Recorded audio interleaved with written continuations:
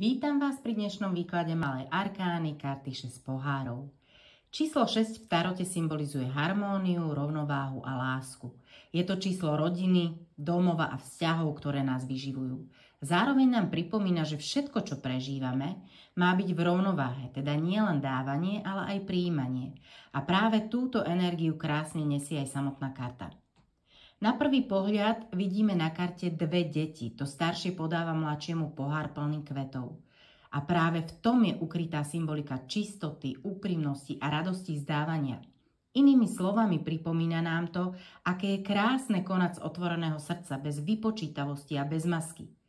Keď sa pozrieme na samotné poháre, všetkých 6 je naplnených kvetmi a kvety tie vždy symbolizujú rást, krásu a životnú energiu.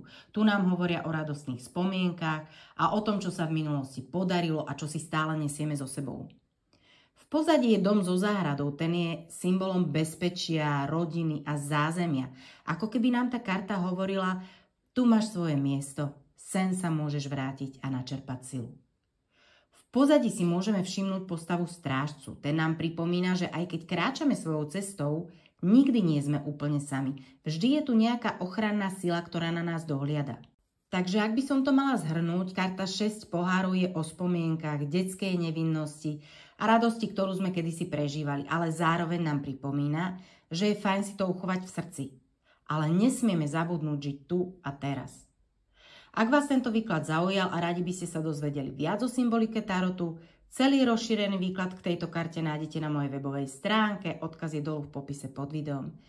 Ďakujem, že ste dnes boli so mnou a poteší ma, ak dáte videu like a prihlásite sa na odber, aby vám neunikli ďalšie tarotové výklady.